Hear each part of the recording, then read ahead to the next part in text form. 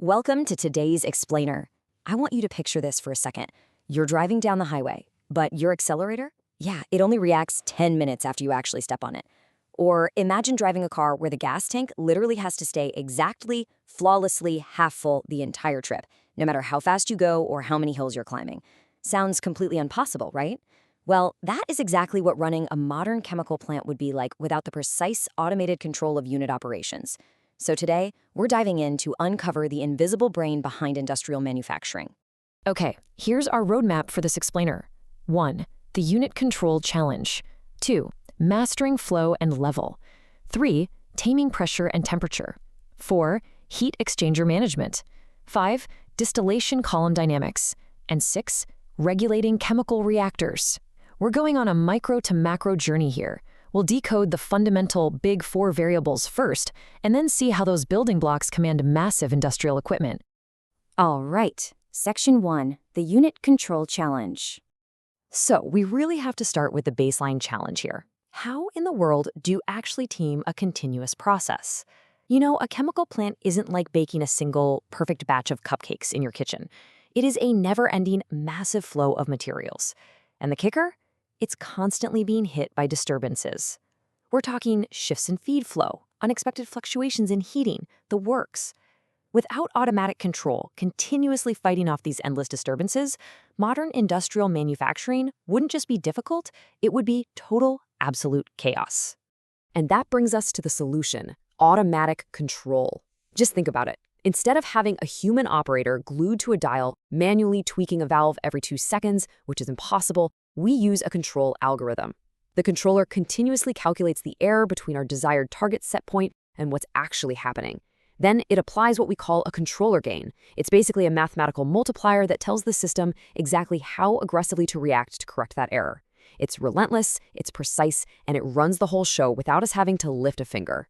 Moving right along to Section 2, Mastering Flow and Level. First up in our Big 4 is flow. Now, flow control has a really unique, almost erratic personality. It responds incredibly fast, but it is notoriously noisy. It's constantly plagued by high-frequency turbulence and the literal vibration of upstream pumps. Because of all that noise, we generally rely on PI control, that's proportional integral control, with an intermediate gain. This helps smooth out the response. But notice that last point. We strictly avoid derivative action. Why? Well, derivative action reacts to the rate of change.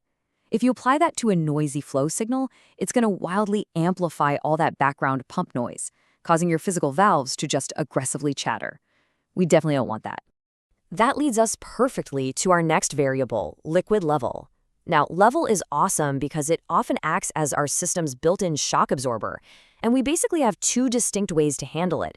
On one hand, we use tight control when we absolutely have to maintain an exact set point, like, say, keeping a perfectly constant liquid volume in a bioreactor so you get a precise reaction time. But on the other hand, for intermediate storage, we use averaging control. This is where we intentionally let the liquid level drift up and down between a high and low limit. Doing it this way absorbs those sudden inlet flow spikes, acting as a buffer so those aggressive disturbances don't just slam into your sensitive downstream equipment. Next up, Section 3, Taming pressure and temperature.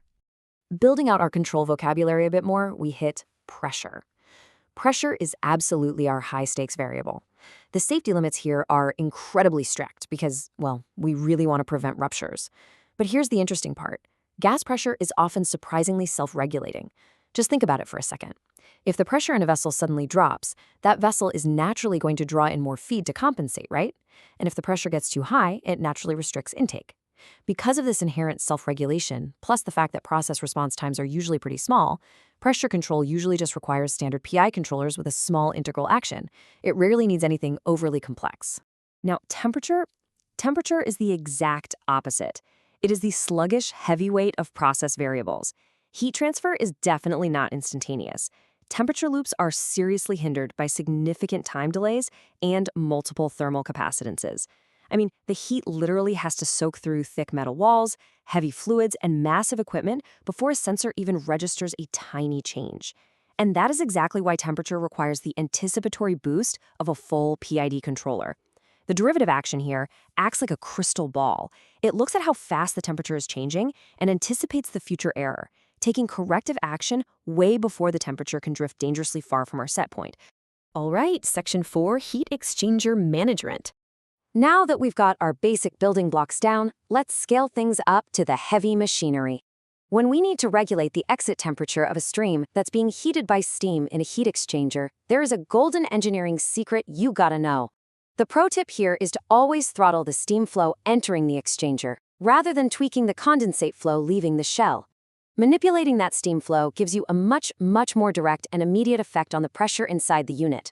And that means you get significantly faster, way more stable control over your heat transfer. Okay, on to Section 5, Distillation Column Dynamics.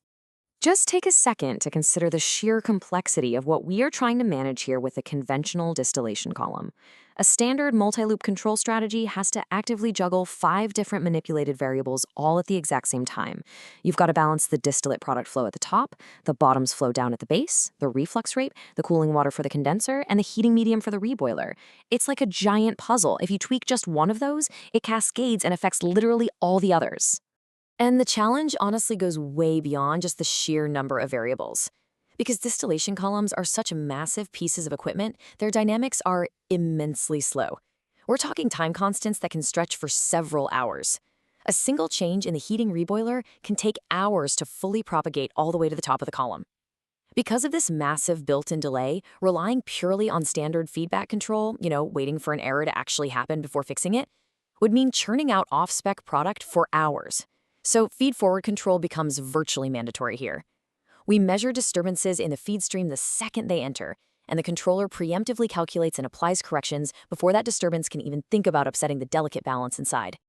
Finally, Section 6, Regulating Chemical Reactors. And that brings us to the most volatile, mission-critical unit operation of all, the chemical reactor. This is where precise control is absolutely a matter of safety. Sometimes a reactor needs heating just to kick off a reaction, but then suddenly needs rapid cooling if that reaction starts generating its own heat. So how do you handle that transition smoothly? There's an elegant, really clever solution for this called split-range control. Basically, one single master temperature controller seamlessly maps its output across 2 totally separate valves. From 0 to 50%, it's opening up a cooling water valve, but the moment it hits 50 to 100%, it shuts the cooling water and instantly opens a hot steam valve. The system switches linearly between heating and cooling without skipping a single beat. It's brilliant. But of course, physical valves aren't our only safety net. We also use clever logic layers built right into the system software. For example, in a packed bed reactor, temperatures might spike really unevenly, so we rely on a high selector configuration. It looks at a whole array of sensors and always feeds the highest readings straight to the controller. It's essentially hunting down dangerous hotspots to prevent thermal runaway. On the flip side, we use a median selector for mission-critical redundancy. By taking the middle value of, say, 3 sensors, we guarantee that if one single sensor breaks and sends a completely false, maxed-out reading, the controller just ignores it. We definitely don't want one broken thermometer triggering a multi-million-dollar plant shutdown. To wrap up this explainer, I want you to just look around your room right now. The plastics inside your computer, the fuel in your car, the medicine in your cabinet, even the clean water flowing from your top. Every single manufactured product you touch is the direct result of this endless, silent symphony of flow, level, pressure, and temperature loops, constantly adjusting, correcting, and anticipating. It really makes you wonder, doesn't it?